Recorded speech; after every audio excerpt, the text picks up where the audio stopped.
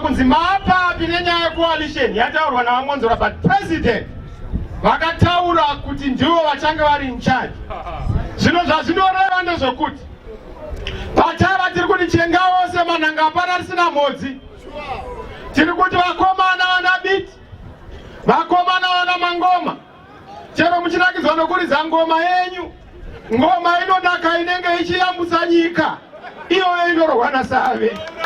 Siyai dzimwe ngoma muuye kuno. Tiri kuti kudana mai mujuru hongu basa ringabatwa, asi mujuru une simba ndo unenge wakabatwa naSave. Tiri kutaura kumapato ese kuti ngatibatanidzei pfungwa tione kuti dambudziko rapinda mubairi tingaribatsira sei. Tokundwa here nembwa naye vamonzora? Imbwa hadzidyanani chero zikaita nzara yakaita sei.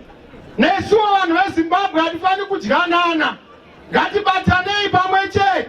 Masabhuku kumaruzevha, madzishe kumaruzevha, mumafactory vashandi, iko kumasoja nekumapurisa, moziva kuti moita basa renyu, nokuti hakuna gumbo rinowanikwa riri mumusoro, hakuna maziso anowanikwa ari pachitsitsino.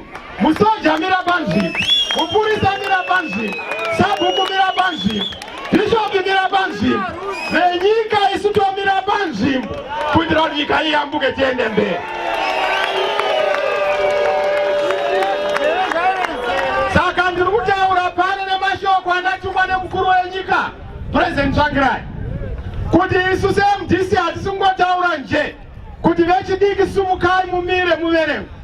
Kana uri wechidiki asina kumbonyoresa kuvhota, shoko iri nderako. Kana uri wechidiki asina kumboita active pakuinda mutsetse kunovhota, shoko iri nderako. Shoko iri nderako nekuti hatigoni kusunungura nyika ino tikasanyoresa kuvhota. Hatigoni kusunungura nyika ino tikasaenda kunoregister kuvhota. Asi sei tichida kuti tivhote? Nokuti asiyana nenyaya yengotuka zani. Honorable Gwanyani, tina agenda. Agenda yatina munoziva kuti Save patakapinda mu-inclusive government tisakasumudza nyika kuti isumuke. Vana voMugabe vaingouya kugara muya, towapa maidea, fambai nepapa, fambai nepapa. Vanhu vanakangowana mari, vakomana vezanu vanodya mari kunge mushongo yemusana.